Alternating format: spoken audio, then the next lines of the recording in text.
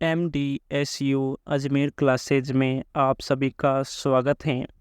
BA, BSc, BCom सभी विद्यार्थियों के लिए सामान्य हिंदी या अनिवार्य हिंदी ये अध्याय आपकी पाठ्य पुस्तक गद्य संकलन से लिया गया है और ये आपकी पाठ्यक्रम इकाई 1 में गद्य संकलन में दूसरा अध्याय पर्यावरण और सनातन दृष्टि छगन मेहता संक्रांति और सनातनता संकलन से वाग्देवी प्रकाशन बीकानेर। इस प्रकार आपका पाठ्यक्रम में ये लिखा हुआ है। चलो इस अध्याय की शुरुआत करते हैं। ये अध्याय थोड़ा लंबा हो सकता है लेकिन इसे जरूर देखिए। अध्याय का नाम है पर्यावरण और सनातन दृष्टि। इसके लेखक हैं छगन मेहता। छगन मेहता का परिचय पढ़ते हैं।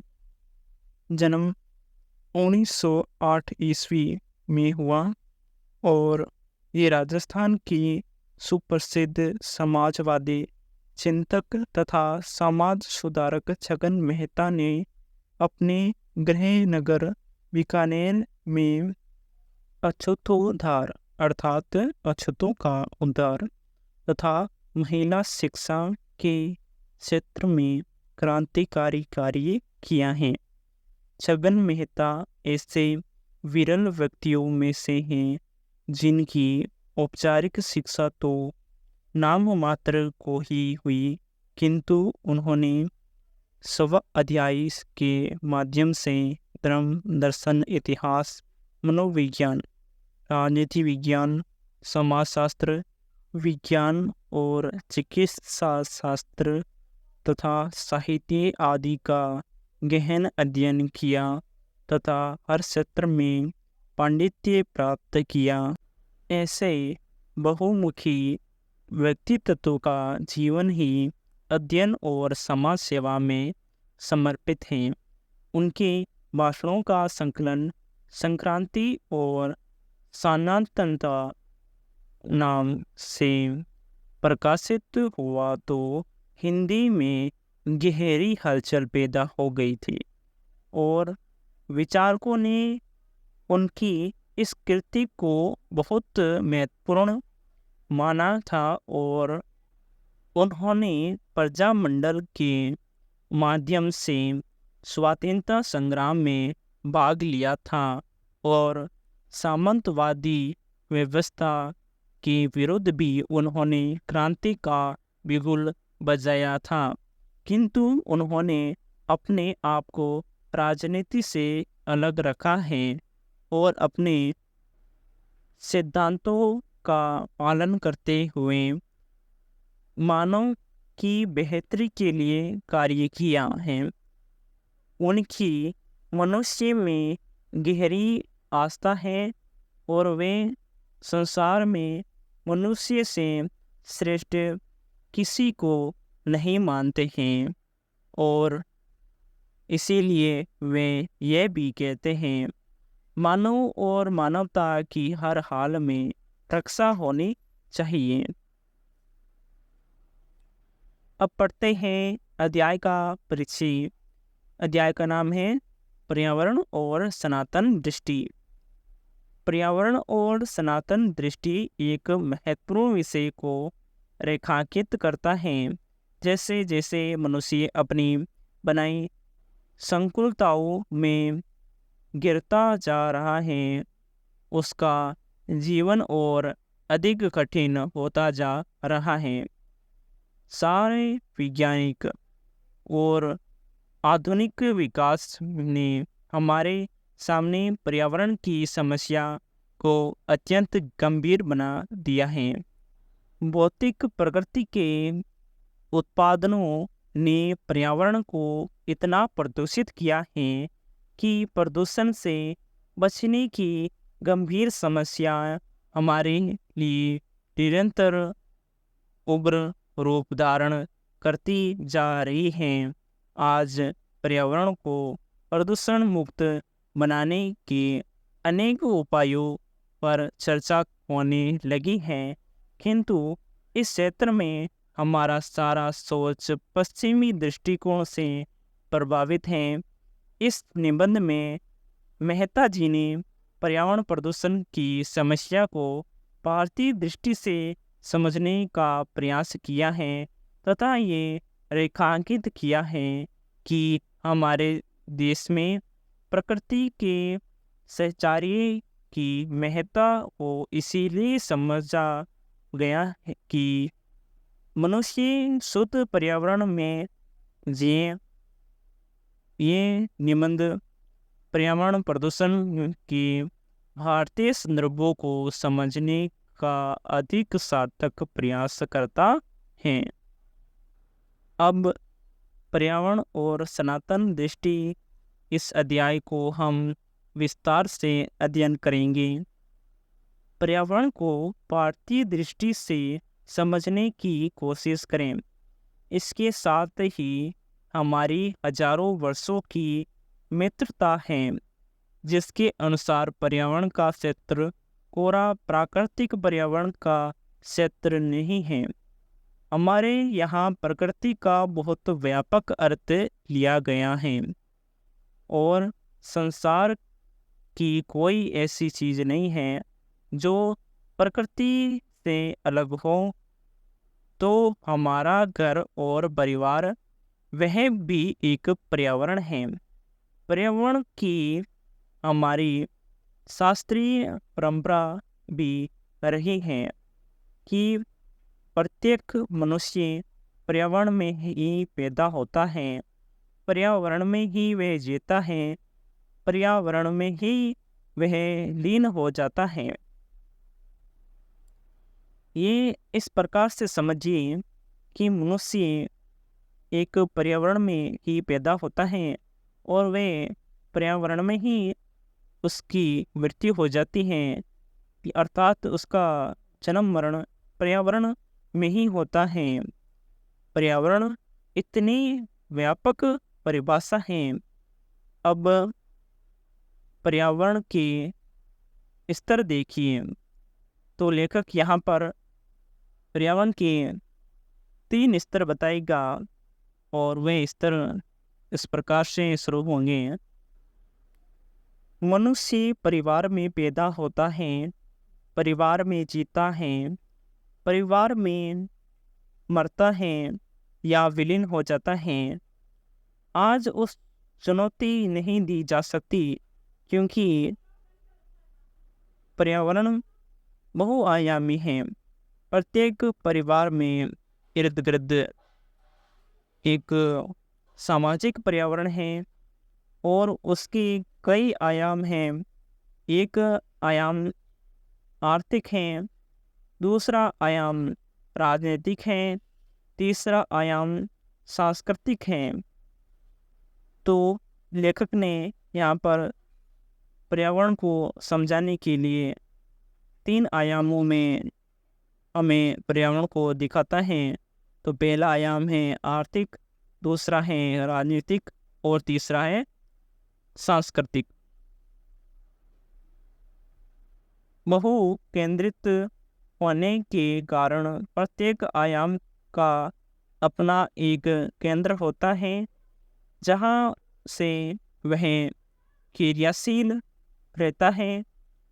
इस सारे सामाजिक, राजनीतिक, सांस्कृतिक, आर्थिक पर्यावरण के इर्द गिर्द एक और सजीव पर्यावरण है जिसे हम पशु पक्षियों तथा जीवधारियों का पर्यावरण कहते हैं।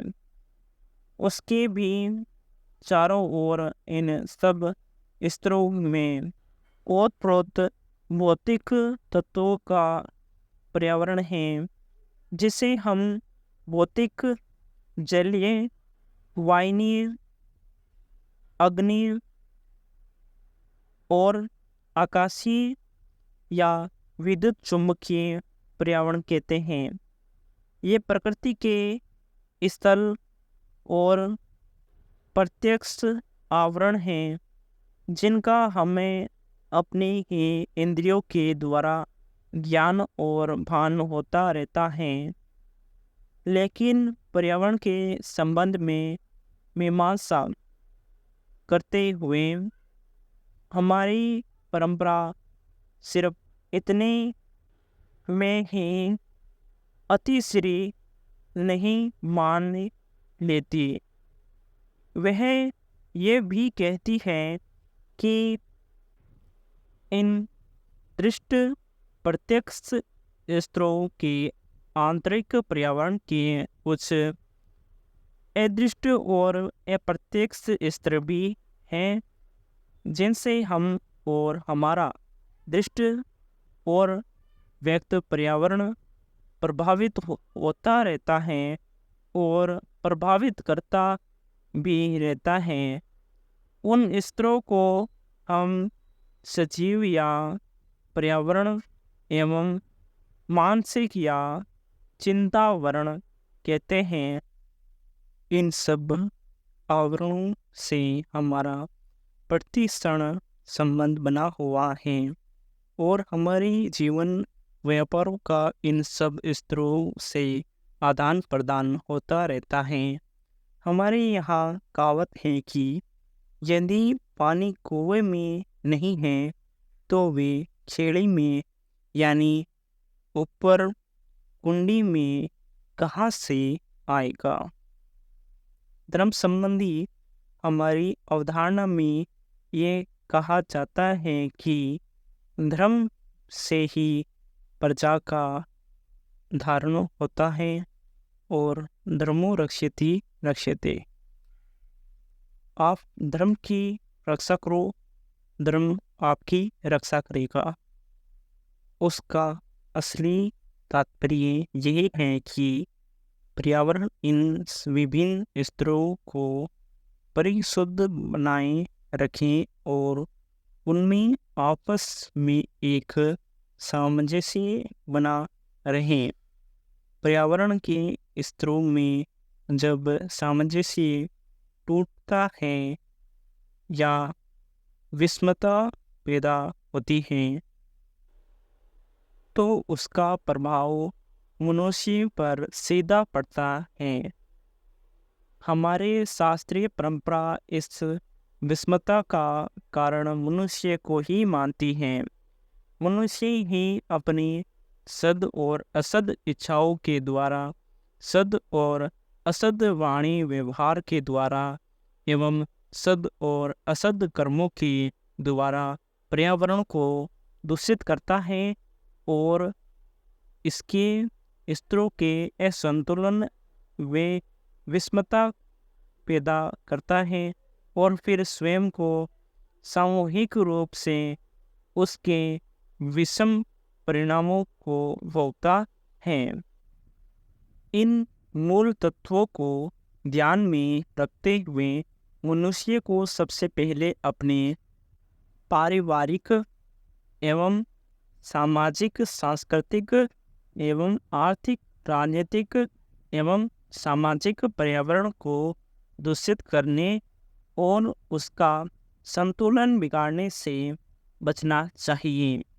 यही धर्म शब्द का वास्तविक तात्पर्य है।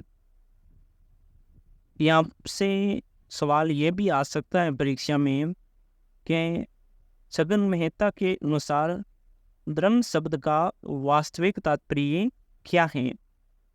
तो ध्यान में रखिए। अब शुरुआत करते हैं आगे। मनुष्य के इर्द गिर्द पर्यावरण के अंतर्गत आने वाले जो भी प्राणी और पदार्थ थे उन सब का प्रत्येक मनुष्य से संबंध होने के कारण वह उनका ऋणी है, क्योंकि वह उनसे उपकृत होता है, पोषण और जीवन प्राप्त करता है। इसीलिए अपना ऋणी शोधन करना पर्यावरण के प्रति उत्तरदायित्व का निर्वाह करना है। ये ऋण शोधन या ऋण मोचन उसका आजीवन कर्तव्य है और जब तक वह जीवित रहता है तब तक उससे और ऋणी नहीं हो सकता। पर्यावरण के विषय में दो परस्पर भिन्न दृष्टियां हैं जो एक दूसरे के सर्वथा विपरीत हैं। एक दृष्टि पश्चिम की है जिसमें माना जाता है कि पर्यावरण मनुष्य का शत्रु है, वह उसके अस्तित्व और विकास के लिए बाधक और घातक है। इसीलिए उसके प्रत्येक स्तर को समझकर उसको अपने वश में करना है, उसका दमन करना है और उसका शोषण करना है, ताकि मनुष्य अपने पर्यावरण से ज़्यादा शीघ्र समय तक अनुकूलता प्राप्त कर जीवित रह सके। इसी दृष्टि को प्रसिद्ध वैज्ञानिक चार्ल्स डार्विन ने सर्वाइवल ऑफ द फिटेस्ट के नाम से प्रचलित किया था और पश्चिम उसे पूरे वेग से अपनाए हुए हैं।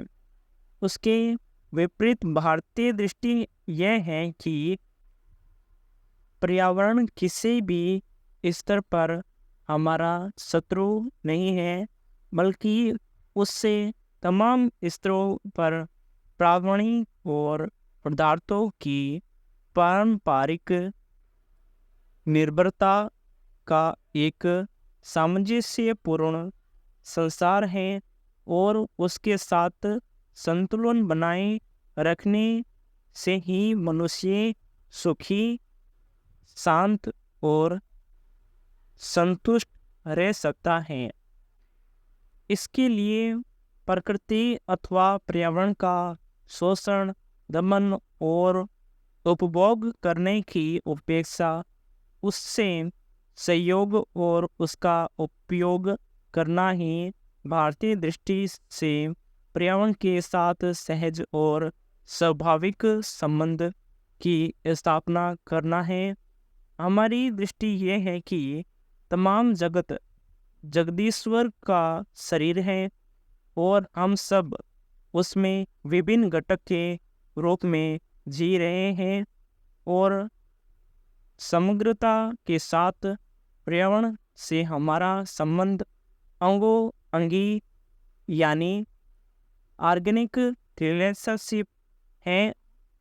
हम एक दूसरे से भिन्न तो अवश्य हैं और पर्यावरण के स्तर भी एक दूसरे से भिन्न हैं, परंतु कोई भी प्राणी, पदार्थ या स्तर सर्वथा भिन्न होते हुए भी एक दूसरे से कटा हुआ एवं पृथक नहीं है। इसीलिए प्रकृति या पर्यावरण के साथ अलगाव या कटाव की मिथ्या मान्यता के आधार पर उसे अपना शत्रु मानकर उससे घातक व्यवहार करना मानव जाति के लिए स्वयं आत्मघात को निमंत्रण देना है। भारतवर्ष की हजारों वर्षों से यह मान्यता रही है कि प्रकृति से संतुलन को कायम रखा जाए। यह बहुत अच्छा है, मनुष्य के लिए भी अच्छा है और प्रकृति के लिए भी अच्छा है। इस संतुलन को स्वाभाविक रूप से तोड़ो, लेकिन विज्ञान का जिस ढंग से प्रयोग हो रहा है उससे ऐसा लगता है कि सत्ता के लोभ से, धन के लोभ से ग्रस्त सभ्यता उसे रहने नहीं देती। वह हर हालत में प्रकृति के संतुलन को तोड़ना चाहती है। क्यों तोड़ना चाहती है? मुझे ऐसा लगता है कि उसमें एक दृष्टि दोष है। पूर्व की दृष्टि यह रही कि प्रकृति हमारी माता है और हमें उसके साथ सहयोग करना चाहिए। हमें उसके नियम समझकर उसके साथ बर्ताव करना है। यह सही है कि प्रकृति किसी का लिहाज नहीं करती और उसके नियम समझना साइंस के जरिए ही हो सकता है। लेकिन साइंस के द्वारा प्रकृति के नियम समझकर उसके साथ हमें सहयोग करना है, उसे आदर देना है। दूसरी दृष्टि है पश्चिम की, कि प्रकृति एक तेज नाखूनों वाली राक्षसी है जो हर हालत में हमें मारना चाहती है, नष्ट करना चाहती है, और इसीलिए हमें किसी तरह से उसके साथ संघर्ष करना है।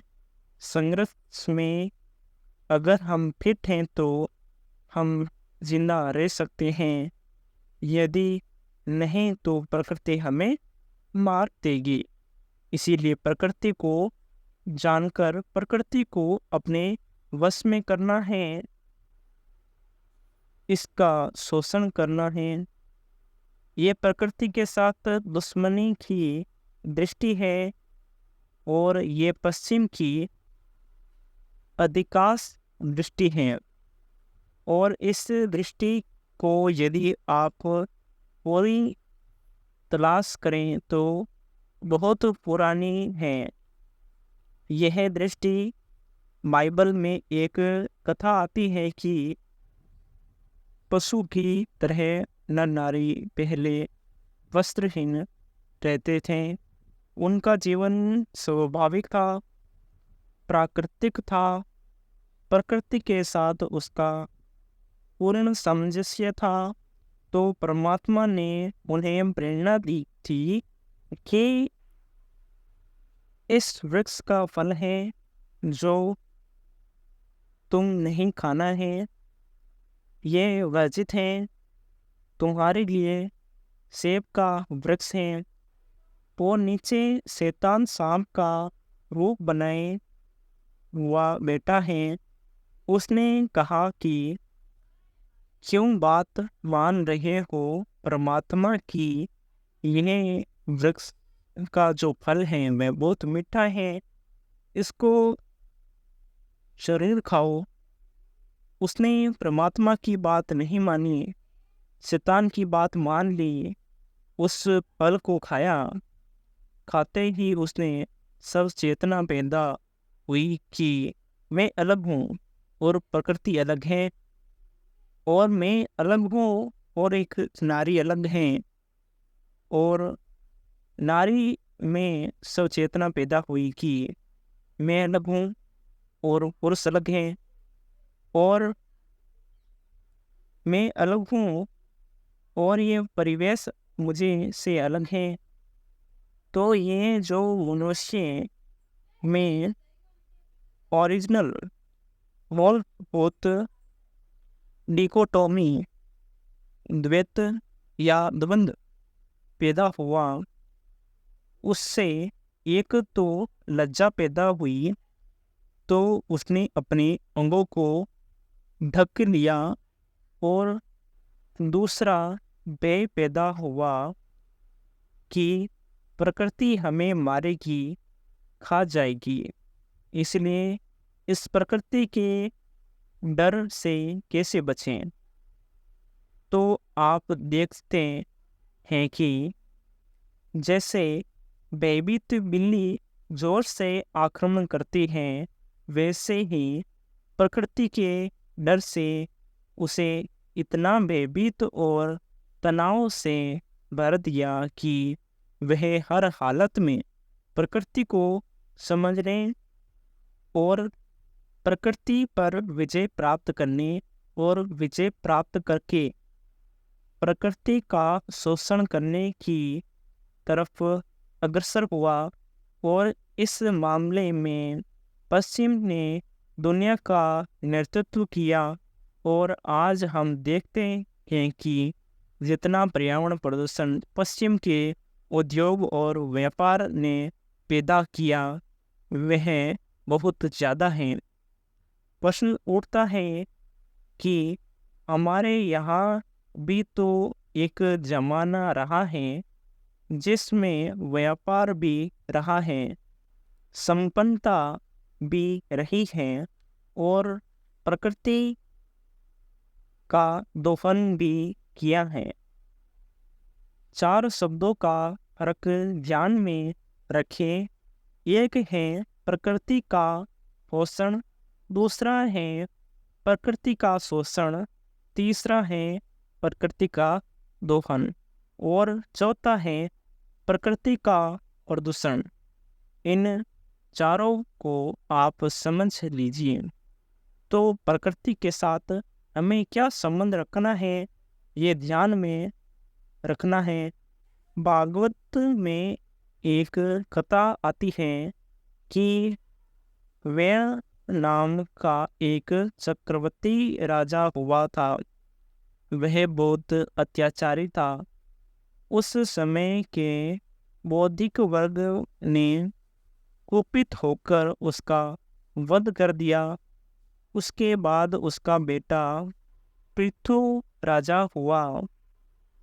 तो कहते हैं कि उस वक्त प्रकृति बंदिया हो गई, बांझ हो गई, उससे पर कुछ भी उत्पन्न नहीं होता था। तो पृथु ने प्रकृति का दोहन किया। अब हम कह सकते हैं कि दोहन और शोषण में क्या फर्क है। दोहन भी तो एक तरह का शोषण है, लेकिन बहुत बुनियादी फर्क है। आप गाय को दूधते हैं, एक व्यक्ति गाय पालता है, गाय का दोहन करता है, लेकिन बिना पोषण किए गाय का दोहन करता है क्या? या इस हद तक करता है क्या कि गाय के प्राण निकल जाएं? महात्मा गांधी कलकत्ता गए थे और उन्होंने गाय का दूध पीना उस दिन से छोड़ दिया जब उन्होंने देखा कि कुछ पेशेवर दूध बेचने वाले गाय के पेट में बांस की नली से फूंक देकर इस तरह से दूध की ग्रंथियों पर दबाव डालते थे कि दूध के साथ खून भी आने लगता था। इस हद तक दूध को निचोड़ते थे। यह शोषण है, यह दोहन नहीं है। दोहन में पहली शर्त पोषण की है। बच्चा माँ का दूध पीता है तो शोषण नहीं करता है, माँ का पोषण करता है और वह उमड़ती है उसको दूध पिलाने के लिए। लेकिन आज तो केवल शोषण होता है। भगवान की पुरानी कहानी का हवाला देता हूँ। कृष्ण ने यशोदा का दोहन किया, दूध पिया उसके स्तनों का और पूतना का शोषण किया। इतना किया कि वह मर गई। वह राक्षसी थी, इसलिए उसका शोषण किया। और माँ का दूध पिया, वह उसका दोहन था।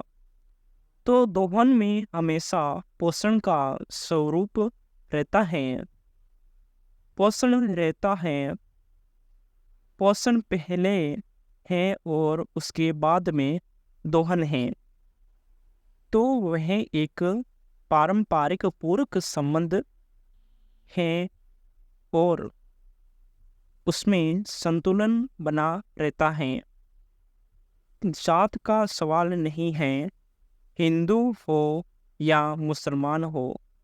बीकानेर के तेलीवाड़े में रहीम बख्श नाम का एक मुसलमान था। मियाँ बीबी दो थे, बच्चा कोई नहीं था। उसके दो गाय थी। इतना लाड प्यार से रखता था कि गाय के चारे में और बांटे गुवार में घी मिला मिला के खिलाया करता था, दूध पिलाया करता था गाय को। गाय खूब दूध देती थी और लोग जब कहते थे कि रहीम बख्श, तुम्हारी गाय क्या है, हथनी है, तो बड़ा खुश होता। इस बात से उसे यह लगता कि मेरी गाय की तारीफ हो रही है, लेकिन वह उसका शोषण नहीं था। यदि आपको वीडियो पसंद आए तो लाइक करिए, अपने दोस्तों के साथ शेयर करिए